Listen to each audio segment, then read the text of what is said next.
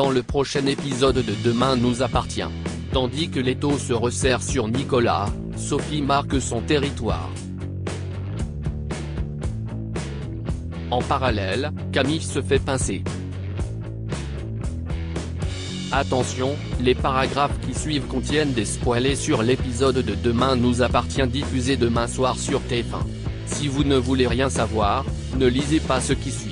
Vendredi 12 août dans Demain nous appartient. L'étau se resserre sur Nicolas grâce aux images de vidéosurveillance de l'hôpital, Victoire a été innocentée. En effet, la jeune femme a été aperçue en train de quitter le parking à 23h03 le 10 août, soit 20 minutes avant la mort de Cédric Diallo. Victoire va donc pouvoir être libérée. De son côté, Samuel, toujours aussi affaibli, cherche à comprendre pourquoi Nicolas s'en prend à lui. Ce dernier répond alors qu'il en veut à Victoire et jure qu'elle va payer pour ce qu'elle lui a fait. Lorsque le supplie de ne pas lui faire de mal, Nicolas s'en va. Une fois libre, Victoire se rend à l'hôpital pour travailler et Nicolas lui avoue que c'est lui qui l'a dénoncé à la police. Cependant, il lui fait croire que c'est Nour qui insistait pour le faire. Compréhensive, Victoire ne leur en tient pas rigueur. Tout ce qui compte pour elle, c'est que l'on retrouve l'homme qu'elle aime vivant. Tandis que Nicolas pose sa main sur son épaule pour lui apporter son soutien, Victoire remarque qu'il ne porte pas de montre au poignet. Comme cela éveille ses doutes, la jeune femme rejoint Nour en salle des internes pour lui montrer la photo de la montre retrouvée près de l'endroit où Samuel a été enlevé. Selon cette dernière, l'objet pourrait bien appartenir à Nicolas. Elle explique ensuite que c'est lui qui a eu l'idée de la dénoncer à la police.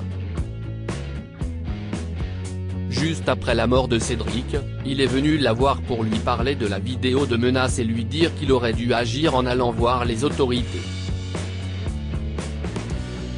Nour ayant vu Victoire sortir de la chambre de Cédric bouleversée, elle a pensé qu'il avait raison. En consultant le planning des infirmiers, Victoire constate que Nicolas ne travaillait pas le jour de la mort de Cédric.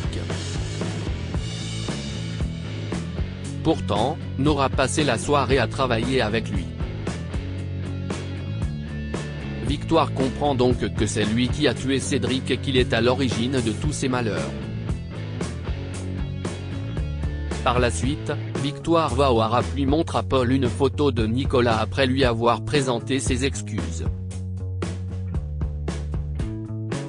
Immédiatement, le chef d'écurie reconnaît le jeune homme. Celui-ci était venu pour la première fois au Haras après le décès de Solange et se faisait passer pour un certain monsieur Triolet, un médecin spécialisé des opérations du cerveau. Sans attendre, Victoire file au commissariat et fait part de ses soupçons à Georges. En faisant quelques recherches, le policier tombe sur un article de 2011 évoquant un bizutage à la fac de médecine de Montpellier pendant lequel des étudiants avaient été ligotés et jetés à l'eau. Ce jour-là, Nicolas Barrault, un étudiant, avait échappé de peu à la noyade. En raison de graves complications, il avait cependant été contraint d'abandonner ses études. Cette histoire, Victoire s'en souvient parfaitement puisqu'elle était présente à cette soirée. Le docteur Lazari se souvient aussi de Nicolas mais ne l'a pas reconnu car il était en surpoids à cette époque. Georges ne tarde alors pas à comprendre que cet événement a ruiné l'avenir de Nicolas. Plus tard, Georges a retracé le parcours de Nicolas Barrault et a découvert qu'il a déménagé de ville en ville pour se rapprocher de 3 de ses visiteurs les plus actifs. Et étrangement, tous ont perdu des proches ou ont eu des accidents graves. Chaque fois, le mode opératoire était le même. Pendant ce temps, Samuel réussit à se détacher et à sortir. Au moment où il s'apprête à quitter le bateau, Nicolas l'assomme violemment. Sophie marque son territoire. Manon a retrouvé le sourire tant et si bien qu'elle a même préparé le petit déjeuner pour toute la famille. Toutefois, si William espérait pouvoir passer un moment de complicité avec sa fille, cette dernière reste scotchée à son téléphone. Il faut dire que Nordine lui envoie des messages dans lesquels il lui dit qu'il pense à elle et qu'il a très envie de la revoir. En parallèle, Nordine se rend au cabinet Perrault pour avoir une discussion avec Sophie, mais l'avocate cherche à gagner du temps en l'invitant à déjeuner au restaurant. Le temps qu'elle réserve une table, Sophie charge Nordine de récupérer une pile de dossiers dans son bureau et en profite pour lire dans le téléphone du policier les derniers échanges qu'il a eus avec Manon. Par la suite, Sophie s'installe sur le transat à côté de Manon à la Paillote puis lui fait croire que Nordine dormait encore dans son lit quand elle est partie pour venir ici. Et d'ajouter qu'il lui a fait lire leurs messages. Comme elle refuse de la croire, Sophie rétorque qu'elle va se faire du mal à l'attendre avant de lancer qu'il a besoin d'une femme d'expérience dans sa vie. Humiliée, Manon se confie à Charlie qui l'enjoint à le bloquer et à passer à autre chose. Un conseil que la jeune femme finit par suivre. Camille se fait pincer. Dorian et Camille font du shopping. Quand ils sortent du magasin, l'alarme retentit et un vigile vient donc à leur rencontre pour fouiller leur sac. À l'intérieur, il découvre un parfum. Camille tente bien de lui faire croire qu'elle l'a acheté mais sans succès.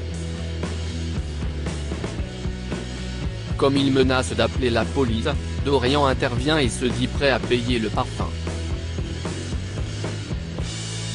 Malheureusement, le vigile a des consignes et prévient les forces de l'ordre.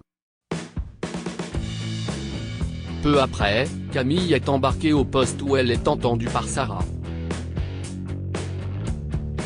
Bien qu'elle ne risque pas grand-chose, la policière lui fait toutefois comprendre que cela ne donnera pas une bonne image d'elle à la juge lors du procès Beaumont. Ainsi que la loi l'y oblige, Sarah appelle ensuite Raphaël pour la prévenir. De retour chez elle, Camille est au plus mal et se confie à Maude, Dorian et Emma. Cette dernière, qui regrette d'avoir entraîné son amie dans ses combines, lui présente sincèrement ses excuses. De son côté, Dorian a compris que sa petite amie était fragile en ce moment et tente de lui faire comprendre que de passer du temps avec Emma n'est pas forcément une bonne chose. Ayant conscience d'avoir fait n'importe quoi, Emma se demande si ce ne serait pas une bonne idée qu'elle rentre chez elle, mais Camille s'y oppose au grand dent de Dorian qui préfère partir. Au commissariat, Dorian prétend auprès de Sarah que c'est lui à qui a volé le parfum.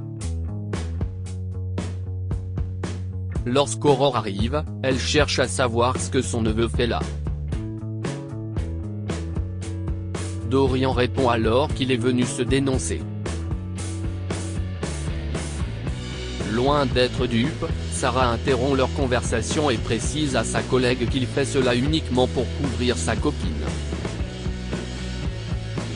Même si elle partage son point de vue, la capitaine Jacob prend malgré tout la déposition de son neveu car elle sait pertinemment qu'il ne changera pas d'avis. En fin de journée, Dorian indique avoir fait cela afin que Camille ait un dossier nickel pour le procès. Une fois qu'elle l'a remercié, elle lui promet de ne plus recommencer. En les rejoignant, Emma se dit heureuse que tout s'arrange pour son amie.